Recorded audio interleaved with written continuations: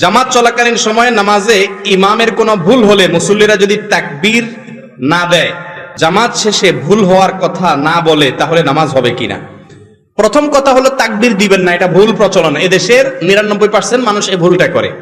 সেটা হলো ইমামের কোনো ভুল হলে মুক্তাদিরা পিছন থেকে কি বলে তার ভুল ধরবে? লোকমা দিবে কি দিয়া? সুবহানাল্লাহ, মাশাআল্লাহ। আপনারা তো জানেন, দেখা যায় সব শিক্ষিত এবং দিনদার এবং আলেম ওলামা মানুষ এখানে, মাশাআল্লাহ। কিন্তু এদেশে বেশিরভাগ মানুষ নামাজের পরে পিছন দিয়ে কি বলে? আল্লাহু আকবার বলে।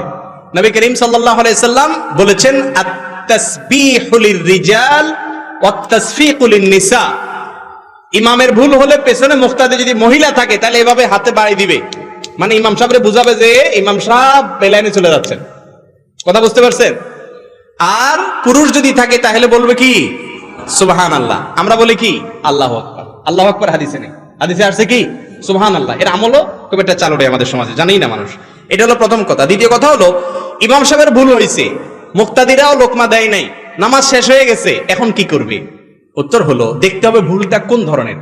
যদি ফরজ ভুল হয়ে থাকে, ফরজ তরক হয়, যেমন ইমাম 4 রাকাত 3 রাকাত পড়ে সালাম ফিরে ফেলেছে, তাহলে তো নামাজ আবার পড়তে হবে বা ওই রাকাত পড়তে হবে।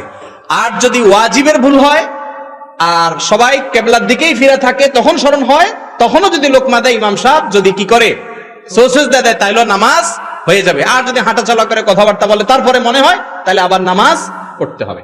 আর যদি সুন্নাতের ভুল হয়, তাহলে সেক্ষেত্রে কিছুই করা লাগবে না, নামাজ হয়ে গেছে ইনশাআল্লাহ।